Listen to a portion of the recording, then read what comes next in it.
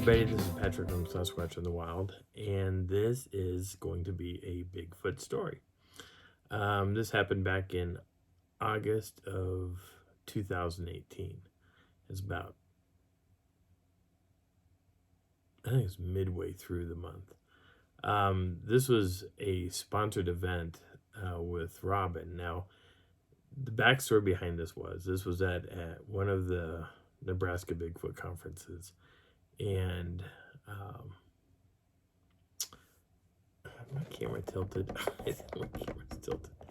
Let's try that. But she had done this drawing, and first it was supposed to be a camp out with Robin, and somehow it quickly turned into a camping trip with Robin.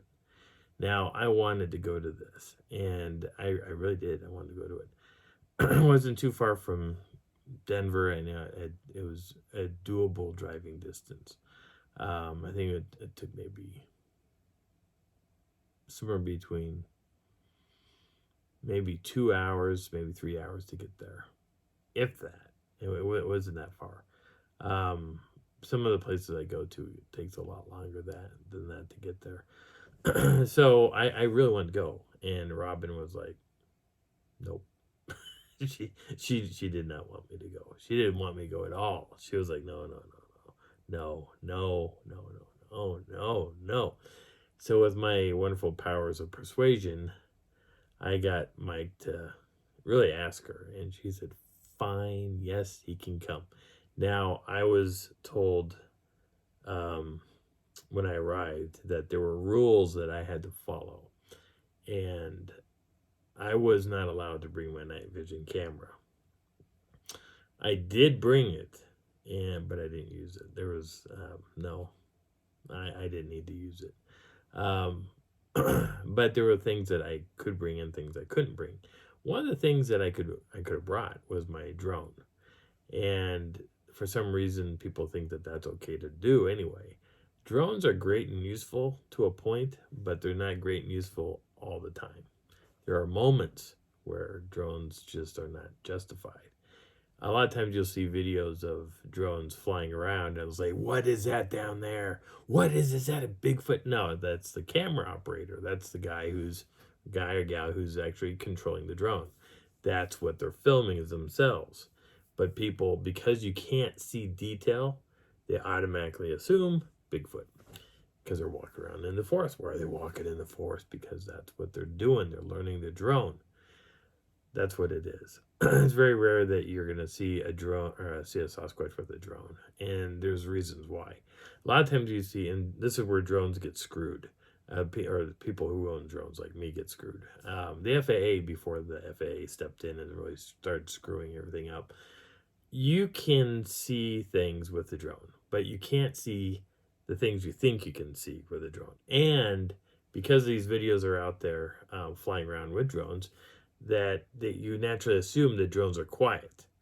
They're not. They're loud. They're loud and obnoxious. They're just a stupid loud drone. They're loud. You can hear a drone 100 feet in the air. You can hear a drone 400 feet in the air. You can hear a drone about 700 feet in the air. They're just stupid loud. They sound like, the best described as what Mike said at one point, it sounds like a herd of bees. It's loud. It really is a loud drone. My first drone, my all-tech drone, it's orange in color. It's loud. It's a seriously large drone. The thing is just huge. But, and you can see it. You can look up in the sky and see this orange drone flying around. And you can hear it coming. You can see the white ones, the harder ones to see are the DJI. Those drones, when they first came out, were the Phantom series, and those suckers were painted white. Now, a white drone against a blue sky, your eyes don't always pick up on it. An orange drone against a blue sky, you can see it. It stands out.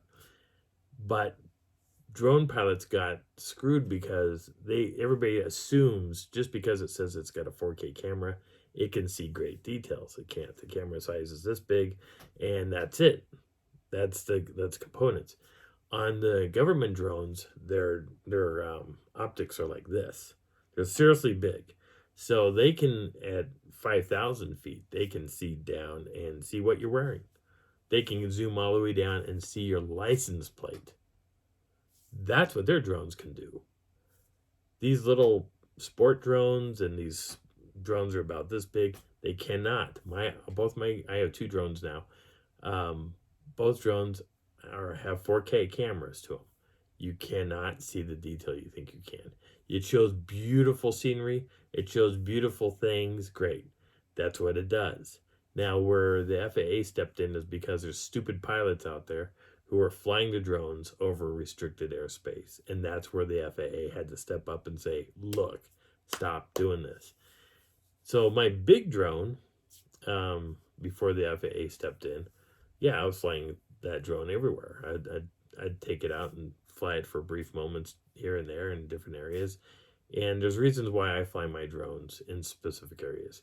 There's reasons why other people fly their drones in stupid areas, like airspace you're not supposed to be flying into. If there's a plane flying, you don't want a drone in there. I don't care what shot you're going after. That's just stupid. The shots that I'm going after are to protect me, my safety, and safety of others. That's what I'm using it for. It's not about government, this or that, anything. It has nothing to do with them. It has everything to do with the lack of knowledge of information that's being given from, parks and areas where there might be mine shafts that I can't see when I'm hiking around on the ground. And you'd be surprised on how well some of these mine shafts are hidden. Besides this is this part of it is an impromptu bashing on drones. But I didn't bring my drone to that event. Now, that there was a series of events that were happening. Now, Janice had a interaction with something, a pair of Sasquatches. I think it was the first night. Now, when we got there like mid-morning. We set up my tent. There's 2 trees, and I put my teepee, I think technically almost in between the 2 trees, but I was close to those trees. I put up like a hammock chair or hammock or something between the trees. I really wanted to have a nice, fun weekend, and Darley wanted to come and enjoy that also. So Robin had her tent further away from us, maybe about 60, 70 yards from us. She had her tent, and then she had an extended part, like going around that tent, that was more designed for like food prep and that sort of thing. And I thought, okay, well, that's cool. So everybody made their own meals. There were people like trickling in all day the first day and into the second day, and then I think there was like a 3 or 4 day event. I want to say it was a 4 day event. I don't remember what day it started in, and nor do I remember the day it ended. But we had gotten there, and it was a beautiful area. If you're looking, my directions are going to destroy me on this. If from where we were standing, or like if I was looking towards Robin's tent, I think that would be north. So north, I could see mountains. East, I could see into south, I could see into the valley. East, there was a ravine that went to another camp, like a public campsite. And to the west was a massive hill. Now, there were trails that led off various different directions. And I was like, okay, this would be all right. This would be fun.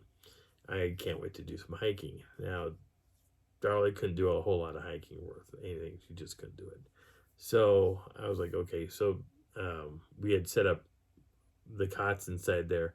I parked my car roughly right in front of my door to my tent, and I put up a trail camera. This is one of the things I didn't know I couldn't do. So this is what the trail camera kind of looks like. It's not the same model. So all these little bulbs that are up in here, most trail cameras that people freak out about are the ones that glow red.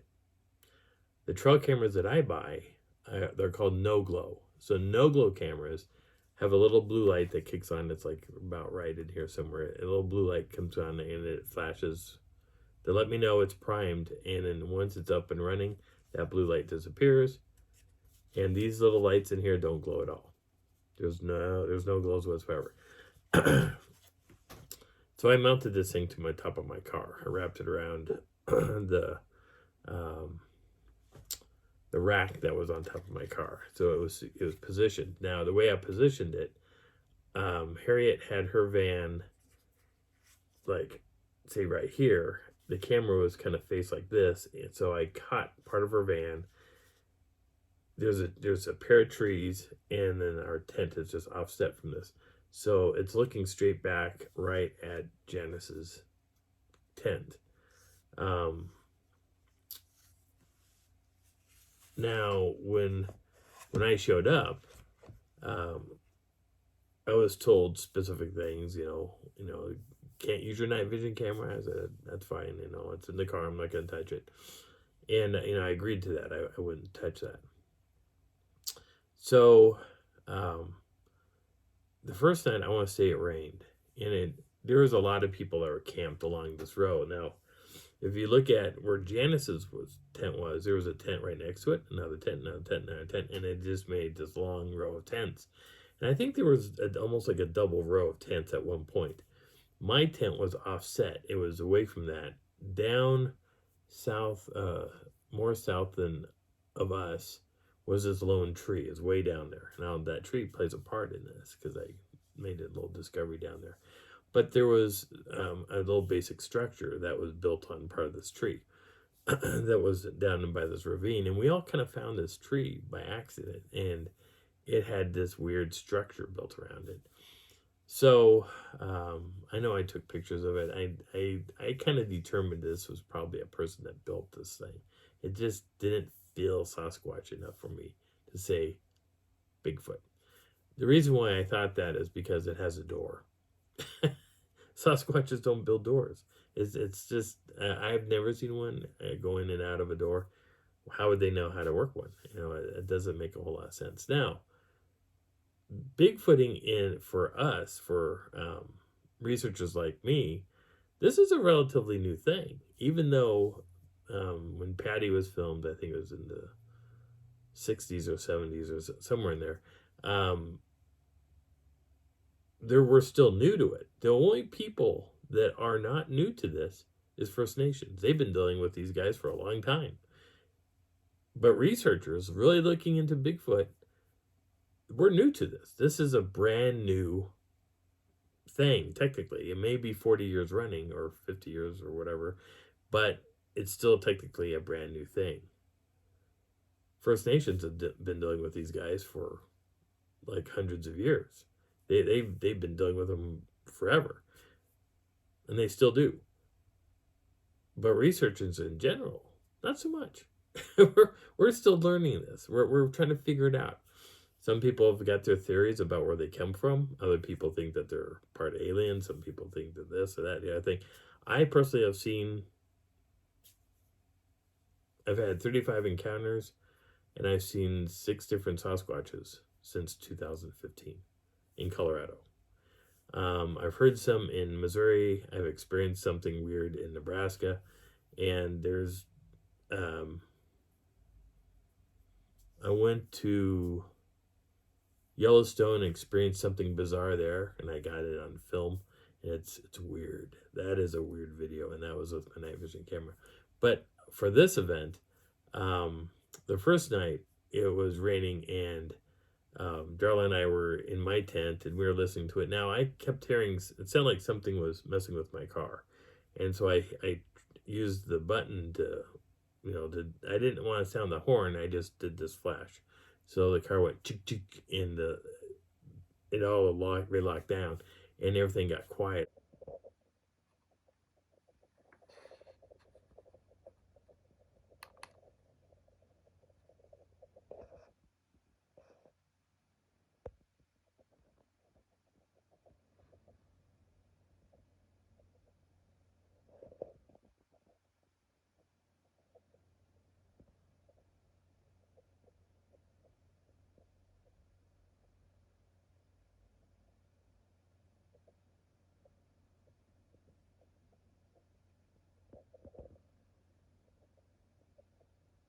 out there. On the flip side, um, probably about 20, 30 minutes later, we hear Janice freak out. She starts screaming, and we hear, no, no, no, no, get out of here. Leave me alone, leave me. And she's just freaking out. She's yelling. And I was like, oh my God. So we're just like, Darla goes, well, is that Janice? I went, yeah, it's Janice. And she goes, are you going to go out there? I went, no. Sorry, Janice. Nobody went running over to where she was at. Nobody did that. Now, she was part of a whole row of things, whole row of tents. I don't know if any of the other people experienced anything like that. I don't remember if they did or didn't. But Janice has stood out. Now, in the meantime, my camera picked up on it, and I didn't realize. I kind of forgot about my camera. As the night went on, it kind of got quieter and quieter, and then pretty soon people were asleep. And I was listening. I was listening intently. Oh, stop! It's not supposed to do that. So as this went on, that was the end of the thing. Now I had a timer set up, and this is why that thing went off. So I've got my timer set for 13 minutes, and so we've hit the 13-minute threshold. But by next morning, I get approached about my camera. Now, I'm going to stop the video now because it's been 13 minutes, maybe now 14 minutes. And I am going to start the second part of this video on Sunday because there's things that happen over the course of time that we were there. I want to say we were there for 3 days, but I'm guessing it may have been the four days total. But I'm going to go with 3 right now. So, my name is Patrick. This is Sasquatch in the Wild. I hope you're enjoying the journey. And I'm going to tell you more about what happens on Sunday, on the very next day of that event. I'll talk to you later.